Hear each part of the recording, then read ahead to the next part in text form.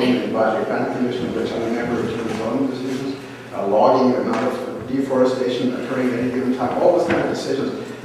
It's a completely unmanaged situation at the moment, and we really have to get a handle on that pretty quickly. Do you have any suggestions to this? I think it's the regional district working with the communities.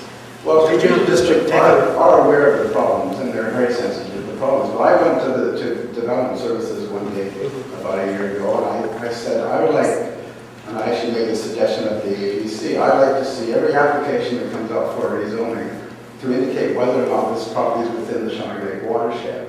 Just a little piece of information, just so we know that each time we look at those things. Apparently that's quite hard to do that. This is mandatory. That information doesn't show up as a matter of routine on applications. And I asked the person at the desk at the planning department, of the services department, could you do that? Do you know where the watershed boundaries are? Well, we could probably find out. Well, do you have a map that shows the watershed boundaries? I don't think so. Well, I mean, this isn't good enough. That's very important information. And the local government doesn't have a handle on that. Well, that's where we are failing. Not only in this province, in Canada actually, we are not taking this environmental management or protection seriously at all. You know, like how, I'm glad I was here for another meeting when there was the discussion about Christmas tree farm being changed into a community and a lake for water skiing. Oasis, I was here, and I thought that was really great, you know, proposing that, and I'm glad that it didn't get approved. You know, those are the kind of things that consultants hired for the project and said, oh, there is not going to be any environmental impact. Based on what science, you know? Yeah. Would you have any management problems that are actually functioning well that we sort of look at and learn from? For the land use planning? Some sort of agency that manages the watershed. Well, there is a good example from Ontario. I know we hate to take examples from Ontario. Like Grand River Watershed Authority, doing a fantastic job because it's in a big mess. You know, it's a big river, it has all kinds of challenging issues. And they're doing a fairly good job of managing or controlling the Grand River watershed. It's a huge watershed, so it's a challenge is totally different scale. So. Just one other question, unless somebody else has a question. You were focusing on waterfront property owners trying to get their responsibility in terms of fertilizer law, etc. But I think that homes even further back from the waterfront also can contribute to the degradation of water quality. Because when the rains come here in November, they're draining those properties into the lake, you know, in 20 minutes. I'm glad you said that. Yeah, I didn't mean to target the waterfront owner on it. Actually, everybody in the basin will be contributing to the logging. If I may add to that, a few years ago, we toured around the lake and we counted roughly all the homes that were either right beside the lake or just say 3 or 4 houses back from the lake. And it came to a grand total of approximately 950 homes. And there are, in case you're interested, 854 parcels of land around the lake itself that actually border on the water. And there are a few that are vacant, they are uninhabited, but very few. Most have at least 1 home, many have 2, and several have 3 or 4. And we'd be very happy to lend our map of the Shawnigan watershed to the CBRD for reproduction, if that would be helpful. Who is controlling the question? Are you ready? Yes. Okay. So there are 2 people. Is there? Okay, go ahead. Hi, I'm Taylor. I've been coming out here for over 40 years. I really appreciate what you guys have organized here. The reality is we know we have to protect our lake.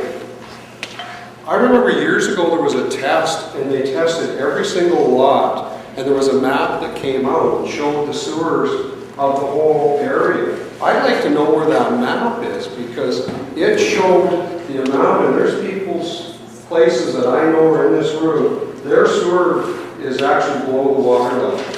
And we're sitting here saying protect the world, protect the world. Everybody's got to do it, and I think you're right. I think what you brought up there is absolutely great. One thing I would love to do is see everybody to test it. If people don't want to get their system tested, then that tells me something's wrong. The reality is we have a place on the lake, test it any day. Ours is so far away, it's cleaned out. It's not as good as Graham's, but it's really close to that, so we know we're right out there. One thing I'd like to ask you, smart development conservation subdivision design, do you believe in that? There are a lot of gimmicks going on. This name, that name, What I would like those developers to provide is input-output model. That, okay, this is what input, output. What is going to come out of the housing development? Yeah. How is it going to be processed? What would be the net outfall? And what would be the composition or characteristic of the net outfall? I need those numbers before any permit can be given to anybody. I don't care whether they're calling a smart or intelligent system or not. I need to understand why is it smart? How is it, reducing the load into the environment? And the other question I've got, so basically the difference between Sioux Lake and Shawnigan Lake is the primary difference is the nutrients are on the land and they're kept on the land. Is that right?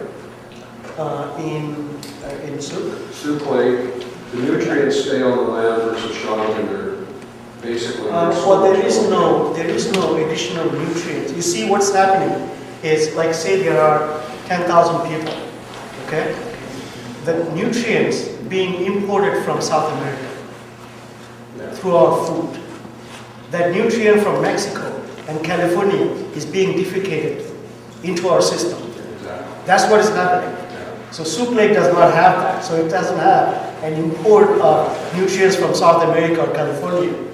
So that's what the problem is. So when people are living on a watershed, we're bringing in nutrients from elsewhere and dumping it into the system. Two questions. But first, a comment.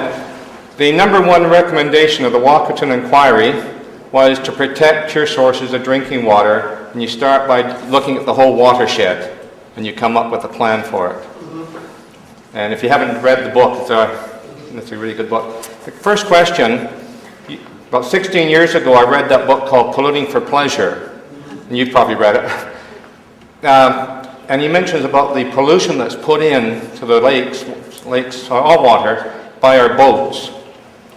What are your comments? I noticed you didn't mention anything about that pollution, the hydrocarbons that are going into the water, which are all mutative, cancerous, and that. So, well, I mentioned a very small comment that two-stroke engines should be closed.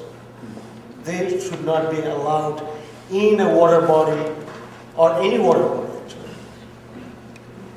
It should have been stopped a long time ago. or even outboards because they put their exhausts under. Yeah, exactly. Second question, for 29 years I lived